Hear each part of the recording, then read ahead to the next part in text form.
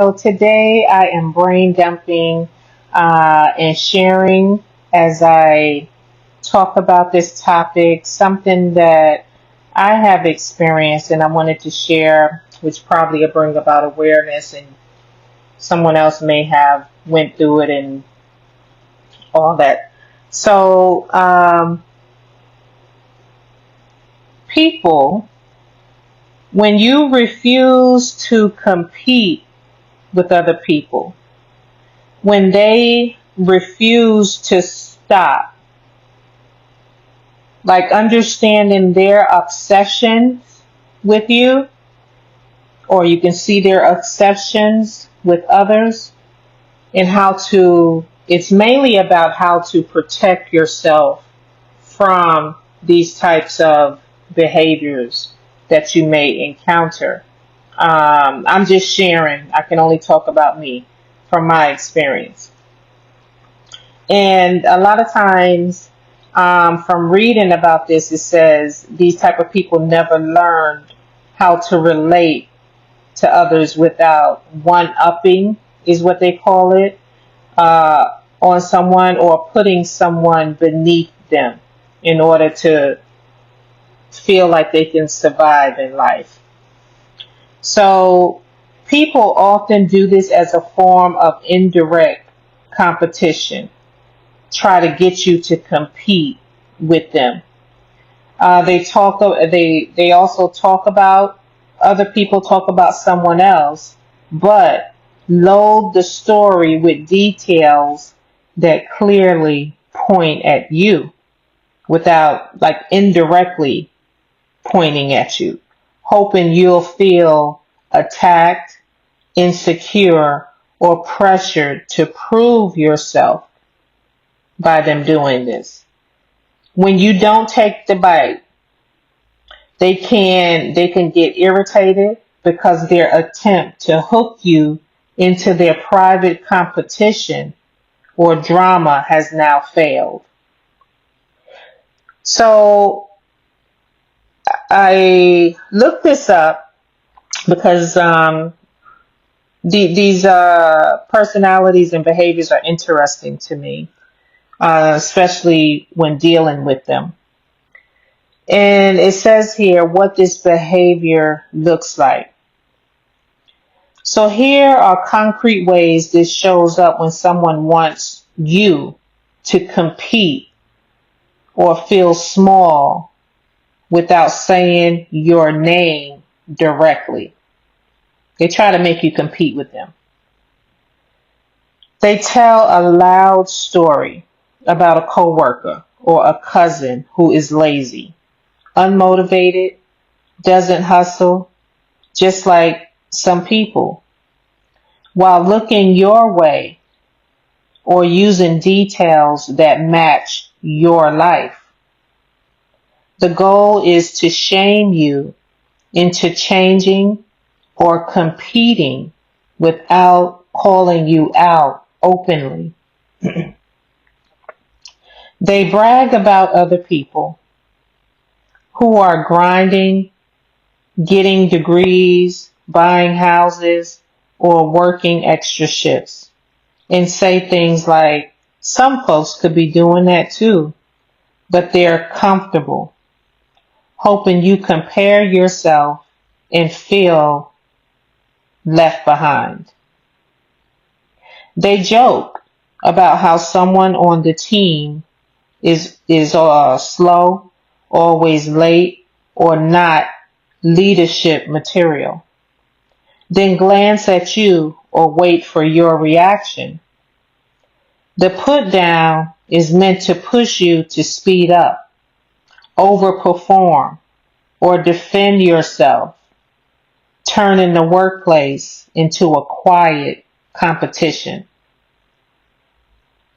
On social media, they post vague indirects about certain people who never support but always watching, knowing you'll see it and feel it's aimed at you, hoping you'll compete for their approval or rush to prove loyalty. What they are really doing. Underneath, several psychological dynamics are usually in play. Relational aggression. They use gossip, comparison.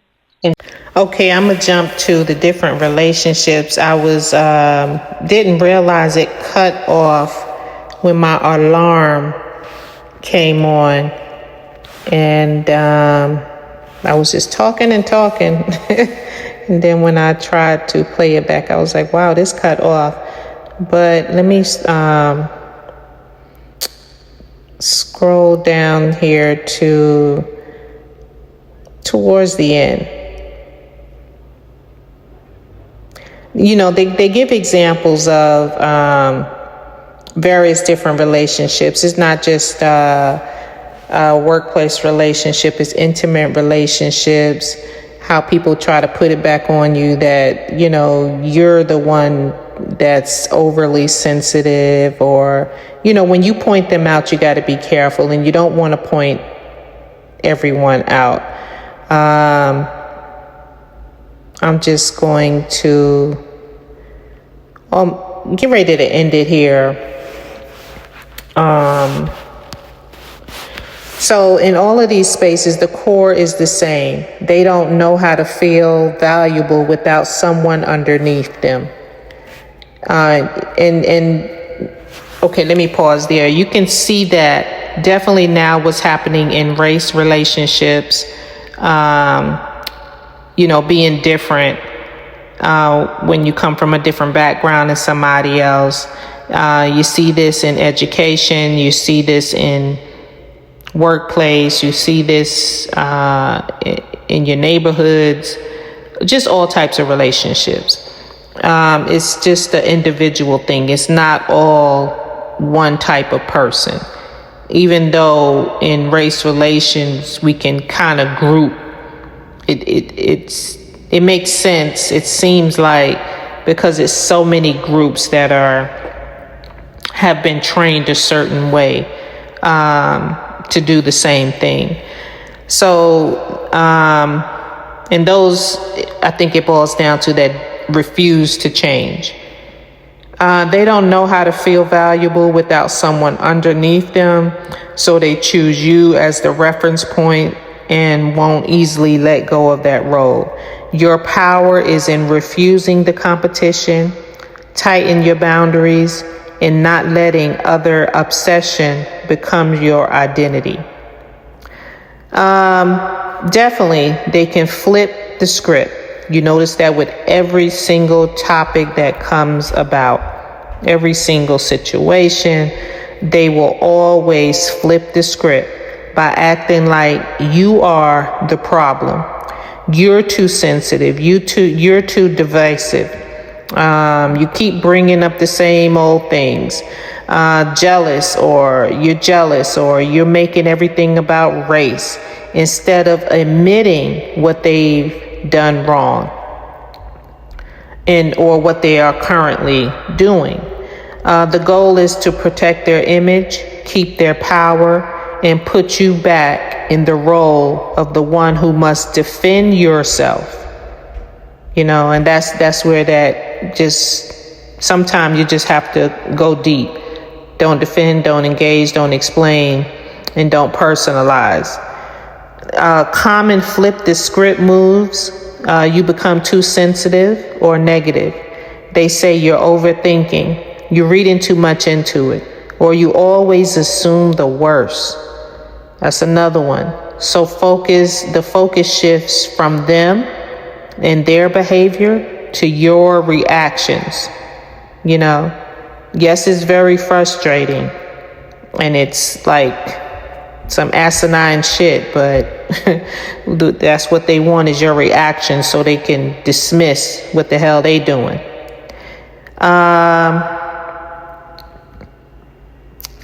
If you name racial dynamics, they may accuse you of playing the race card or creating division, framing your awareness as the problem instead of their prejudice. That's a biggie there. They claim you are the aggressor. Classic microaggressions reversal. They do something undermining, but when you finally speak up, they call you angry, hostile, or unprofessional, especially in workplaces where stereotypes already paint your group that way. They might say, I felt attacked by how you brought it up, or you made me feel unsafe, even though you described your reality calmly, flipping roles so they look like the victim. They hide behind jokes and misunderstandings. When you call out a pattern, they say, it was just a joke. I didn't mean it like that. Or you took it the wrong way, which research identifies as a common way people excuse microaggressions. They can even enlist others. You guys know I joke like that, trying to get the group to validate them and isolate you as the only one who can't take it. So they reframe you as the divisive one in family, work, church, community. They might say, we were fine until you started bringing all this up. Or you're creating drama where there isn't any, implying that silence was peace and your voice is the disruption. Around race, they may lean on, we don't see color here. Why do you have to make it about race to shut down your reality and keep the status quo? What this really is, flipping the script like it's a mix of gaslighting, scapegoating, and image management. They protect their reputation by rewriting the story so you are overly sensitive, jealous, or divisive.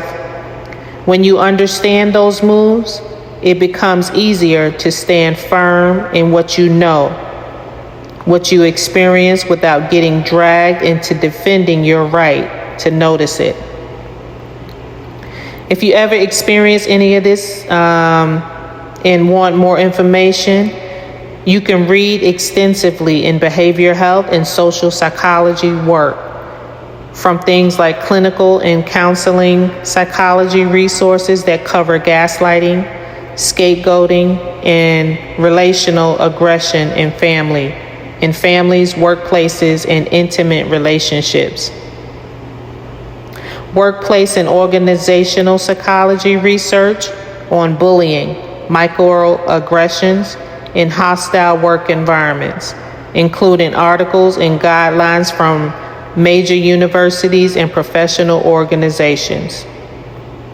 Social psychology studies on prejudice, racial scapegoating, and competition between groups,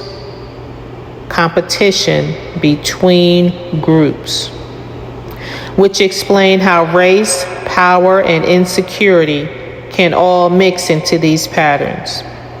These areas are full of well-documented cases, research articles, and practical guides that confirm you are not imagining things and offer language, strategies, and validation for what you've lived. You refuse to compete. They refuse to stop bothering you, but understanding their obsessions and exactly how their behaviors impact you and how you feel, that's how you protect your peace for you, your loved ones, and those that you advocate for. All right, out.